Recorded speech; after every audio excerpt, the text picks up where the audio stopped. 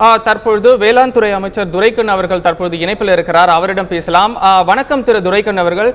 தற்பொழுது முதலமைச்சர் அவர் ஒரு அறிவிப்பை வெளியிட்டுள்ளார். தமிழகத்தில் உள்ள அனைத்து மாவட்டங்களையும் வறட்சி பாதித்த மாநிலங்களாக அறிவிக்க வேண்டும் என்றும் அது குறித்த கோரிக்கையானது நிவாரண கோரிக்கையானது மத்திய அரசுக்கு அளிக்கப்படும் என்றும் தெரிவித்துள்ளார். இது குறித்து உங்களுடைய முதற்கட்ட பதிவை சொல்லுங்க. வணக்கம்.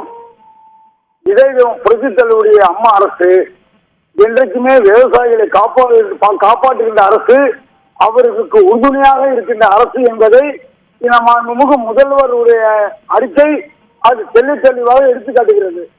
ஏனென்று சொன்னால், எங்களுடைய கழகத்துடைய பொதுச் செயலாளர் சின்னம்மா அவர்களுடைய ஆலோசனைப்படியும் முதல்வர்களுடைய ஆலோசனைப்படியும் உயர் அதிகாரிகளை கலந்து இன்றைக்கு நல்ல திட்டங்களை அறிவிப்புகளை நம்முடைய முதல்வர் அவர்கள் அறிவித்திருக்கிறார்கள்.